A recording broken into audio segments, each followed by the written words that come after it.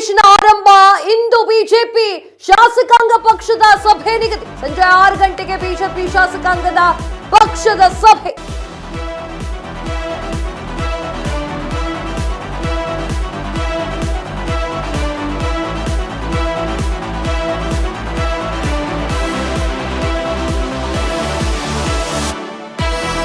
ಇಂದಿನಿಂದ ಮಳೆಗಾಲದ ಅಧಿವೇಶನ ಆರಂಭ. ಇಂದು ಬಿಜೆಪಿ ಶಾಸಕಾಂಗ ಪಕ್ಷದ ಸಭೆ ನಿಗದಿ. ಸಂಜೆ 6 ಗಂಟೆಗೆ ಬಿಜೆಪಿ ಶಾಸಕಾಂಗ ಪಕ್ಷದ ಸಭೆ. ಮಲ್ಲೇಶ್ವರಂ ಬಿಜೆಪಿ ಕಚೇರಿಯಲ್ಲಿ ಮೀಟಿಂಗ್ ಇರುತ್ತೆ. ವಿಪಕ್ಷ ನಾಯಕ ಆರ್ ಅಶೋಕ್ ನೇತೃತ್ವದಲ್ಲಿ ಸಭೆ. ಸದನದಲ್ಲಿ ಚರ್ಚಿಸಬೇಕಾಗಿರುವಂತಹ ವಿಚಾರಗಳ ಬಗ್ಗೆ ಚರ್ಚೆ ಇರುತ್ತೆ. ಜೆಡಿಎಸ್ ಜೊತೆ ಸೇರ್ಕೊಂಡು ಒಗ್ಗಟ್ಟು ಪ್ರದರ್ಶನ. ನಾಳೆ ನಡೆಯಲಿರುವಂತಹ ಸ್ಪೀಕರ್ ಚುನಾವಣೆಯ ಬಗ್ಗೆ ನಾನು ಆಗ್ಲೇ ಹೇಳ್ತಾ ಇದ್ದೆ. ಇಲ್ಲಿ ಇವತ್ತು ಸಂತಾಪ ಸೂಚಿಸಿ ಆಯಿತು. ಇವತ್ತು ಸೆಷನ್ ನಲ್ಲಿ ಸಂತಾಪ ಸೂಚನೆ ಆಗತ್ತೆ. ಯಾರ್ಯಾರು ತೀರ್ಕೊಂಡಿದ್ದಾರೋ, ಇಹಲೋಕ ತಿಳಿಸಿದ್ದಾರೋ ಎಲ್ಲರೂ ಕೂಡ ಹೆಸರು ಹೇಳಿ ಅವರು ಏನು ಸಾಧನೆಯನ್ನ ಮಾಡಿದ್ದಾರೆ ಅಂತ ಹೇಳಿ ಅವರಿಗೆ ಒಂದು ಸಂತಾಪ ಸೂಚನೆ ಅಂತ ಹೇಳಿ ಮಾಡ್ತಾರೆ. ತದಾದ ನಂತರ ನಾಳೆ ಶುರುವಾಗೋದು. ನಿಮ್ಗೆ ರಿಯಲ್ ಚಿತ್ರಣ ಬೇಕು ಅಂತಂದ್ರೆ ನಾಳೆ ಶುರುವಾಗುತ್ತೆ. ನಾಳೆ ಏನಿದೆ ಪುಟಾಣಿ, ನಾನು ಹೇಳ್ತಿದ್ದೆ ಒಂದು ಚಿಕ್ಕ ಚುನಾವಣೆ ಇರುತ್ತೆ ಅಲ್ಲಿ ಅಂತ ಹೇಳಿ. ಸೊ ಆ ಚುನಾವಣೆಗೆ ಎಲ್ಲರೂ ಕೂಡ ರೆಡಿ ಆಗ್ತಾ ಇದ್ದಾರೆ. ಬಿಜೆಪಿ ಅವರು ಏನ್ ಮಾಡಿದ್ದಾರೆ, ಇವತ್ತು ಮಲ್ಲೇಶ್ವರಂನಲ್ಲಿ ಬಿಜೆಪಿ ಅವರ ಆಫೀಸ್ನಲ್ಲಿ ಒಂದು ಪುಟಾಣಿ ಮೀಟಿಂಗ್ ಇಟ್ಕೊಂಡಿದ್ದಾರೆ. ಏನದು ಮೀಟಿಂಗು? ಚುನಾವಣೆಯಲ್ಲಿ ತಾನು ಗೆಲ್ಲಿಸ್ಬೇಕು, ಯಾವ ಪಾಯಿಂಟ್ ಇಟ್ಕೊಂಡು ಆಡಳಿತ ಪಕ್ಷದ ಬಗ್ಗೆ ಪ್ರಶ್ನೆ ಮಾಡಬೇಕು ಅನ್ನುವಂತಹ ವಿಚಾರಕ್ಕೆ ಸಂಬಂಧಪಟ್ಟಂತೆ ಒಂದು ಸಭೆ.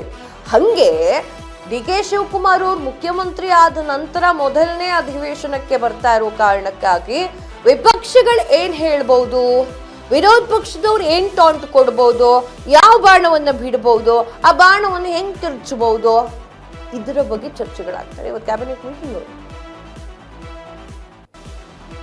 ಅಂದ್ರೆ ತಂತ್ರಕ್ಕೆ ಪ್ರತಿತಂತ್ರ ಅಂತ ಹೇಳ್ತಾರಲ್ಲ, ಅದೇ ರೀತಿ.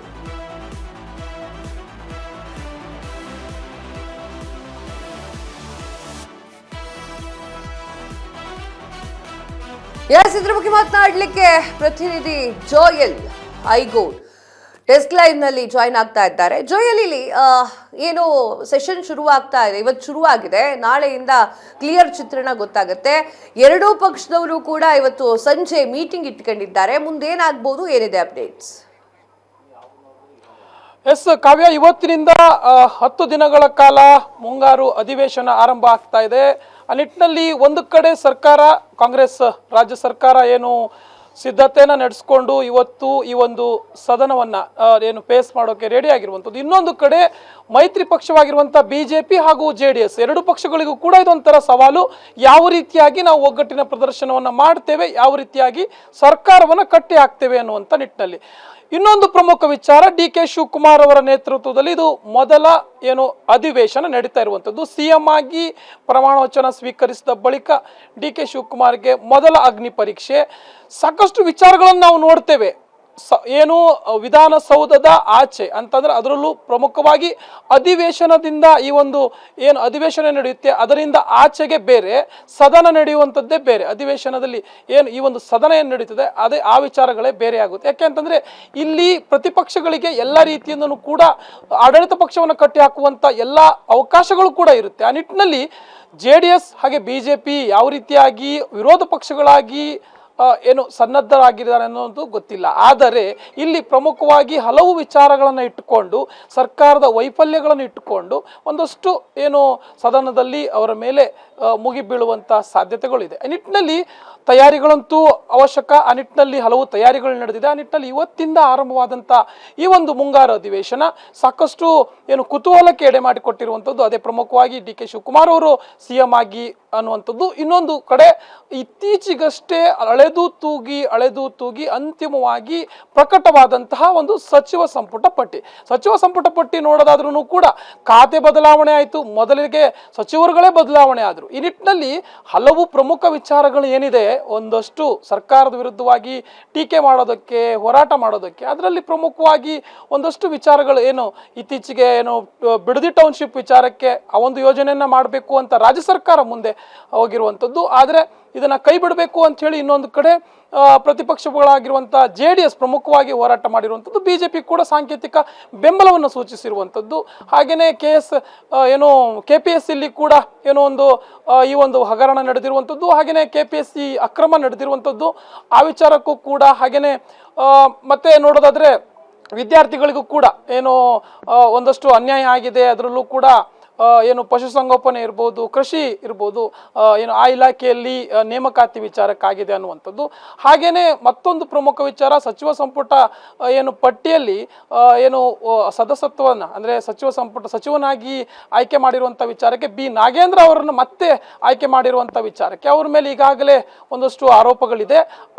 ಆ ನಿಟ್ಟಿನಲ್ಲಿ ನೋಡೋಕೆ ಹೋದ್ರೆ ಅವರ ಮೇಲೂ ಕೂಡ ಅವರ ವಿಚಾರವನ್ನು ಇಟ್ಟುಕೊಂಡು ಕೂಡ ವಾಗ್ದಾಳಿ ನಡೆಸುವಂತ ಎಲ್ಲ ಸಾಧ್ಯತೆ ಇದೆ. ಈ ನಿಟ್ಟಿನಲ್ಲಿ ಇವತ್ತು BJP ಒಂದು ಕಡೆ ಸಂಜೆ 6 ಗಂಟೆಗೆ ತನ್ನ ಕೇಂದ್ರ ಕಚೇರಿ ಜಗನ್ನಾಥ ಭವನದಲ್ಲಿ ಮೀಟಿಂಗ್ ಅನ್ನು ನಡೆಸುತ್ತೆ. ಶಾಸಕಾಂಗ ಪಕ್ಷದ ಸಭೆ ನಡೆಯುತ್ತೆ. ಈ ನಿಟ್ಟಿನಲ್ಲಿ ಯಾವ ರೀತಿಯಾಗಿ ನಾವು JDS ಜೊತೆಗೂಡಿ ರಾಜ್ಯ ಸರ್ಕಾರವನ್ನು ಕಟ್ಟಿ ಹಾಕಬೇಕು, ಮತ್ತೆ ಮುಂದಿನ ರೂಪುರೇಷೆಗಳು ಅನ್ನುವಂಥ ವಿಚಾರದ ಬಗ್ಗೆ ಚರ್ಚೆ ನಡೆಯುತ್ತೆ. ಅದೇ ರೀತಿ ಪರಿಷತ್ ಹಾಗೆ ವಿಧಾನ ಪರಿಷತ್ಗೆ ಸಭಾಪತಿ ಹಾಗೇನೆ ಸ್ಪೀಕರ್ಗೆ ಯಾವ ರೀತಿಯಾಗಿ ನಾವು ಸದಸ್ಯರನ್ನ ನೇಮಕ ಮಾಡಬೇಕಾ ಬೇಡವಾ, ಅಂದರೆ ಆ ವಿಚಾರ ಚುನಾವಣೆಗೆ ಬೇಕೋ ಬೇಡವಾ ಅನ್ನುವಂಥ ವಿಚಾರಕ್ಕೂ ಕೂಡ ಇಲ್ಲಿ ನಡೆಯುತ್ತೆ. ಅದೇ ರೀತಿ ಇವತ್ತು 4 ಗಂಟೆಗೆ ಕಾಂಗ್ರೆಸ್ನಿಂದ ಒಂದು ಕ್ಯಾಬಿನೆಟ್ ಮೀಟಿಂಗ್ ಇರುವಂಥದ್ದು. ಈ ನಿಟ್ಟಿನಲ್ಲಿ ನೋಡೋಕೆ ಹೋದರೆ ಈಗಾಗಲೇ ನೂತನವಾಗಿ ನಿನ್ನೆ ಅಷ್ಟೇ ಖಾತೆ ಹಂಚಿಕೆ ಆಗಿರುವಂಥದ್ದು. 1.5 ತಿಂಗಳ ಹಿಂದೆ ಪ್ರಮಾಣ ವಚನ ಸ್ವೀಕಾರ ಆಯಿತು. DK ಶಿವಕುಮಾರ್ ಅವರ ಜೊತೆಯಲ್ಲಿ 13 ಶಾಸಕರುಗಳು 13 ಸಚಿವರುಗಳು ಪ್ರಮಾಣ ವಚನ ಸ್ವೀಕಾರ ಮಾಡಿದ್ರು. ಬಳಿಕ ಇತ್ತೀಚೆಗೆ ಮತ್ತೊಂದು ಲಿಸ್ಟನ್ನು ಬಿಡಲಾಯಿತು. 1 ಸ್ಥಾನವನ್ನು ಹೊರತುಪಡಿಸಿ 29 ಸಚಿವ ಸ್ಥಾನವನ್ನು ಈಗಾಗಲೇ ನಿಗದಿ ಮಾಡಿರುವಂಥದ್ದು. 29 ಸದಸ್ಯರ ನೇಮಕ ಆಗಿರುವಂಥದ್ದು ನಿಟ್ಟಿನಲ್ಲಿ ಈಗಾಗಲೇ ಅಧಿವೇಶನ ಅಂತೂ ಆರಂಭ ಆಗಿದೆ. ಆ ನಿಟ್ಟಿನಲ್ಲಿ ಎಲ್ಲ ತಯಾರಿಗಳ ಬಗ್ಗೆನೂ ಕೂಡ ತನ್ನ ನೂತನ ಕ್ಯಾಬಿನೆಟ್ ಸದಸ್ಯರುಗಳ ಜೊತೆಲಿ CM ಚರ್ಚೆಯನ್ನು ಮಾಡ್ತಾರೆ.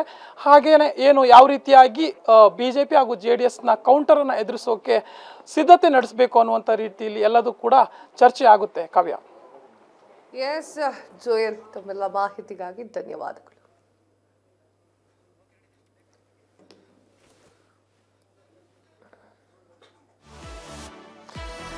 ವಿಪಕ್ಷ ನಾಯಕ ಅಶೋಕ್ ಅವರ ನೇತೃತ್ವದಲ್ಲಿ ಸಭೆ ಇದೆ. ಸಭೆಯಲ್ಲಿ ಎಲ್ಲವೂ ಕೂಡ ಡಿಸಿಷನ್ ತೆಗೆದುಕೊಳ್ಳಲಾಗುತ್ತೆ. ಅಂದ್ರೆ ಏನೇನು ಚರ್ಚೆ ಮಾಡಬೇಕು, ಯಾವ್ಯಾವ ವಿಚಾರಕ್ಕೆ ನಾವು ಚರ್ಚೆ ಮಾಡಬೇಕಾಗತ್ತೆ, ಯಾವ ಪ್ರಶ್ನೆಯನ್ನ ಎತ್ತಬೇಕಾಗತ್ತೆ ಅಂತ ಹೇಳಿ ಈ ಒಂದು ಮೀಟಿಂಗ್ ನಲ್ಲಿ ನೋಡಲಾಗುತ್ತೆ.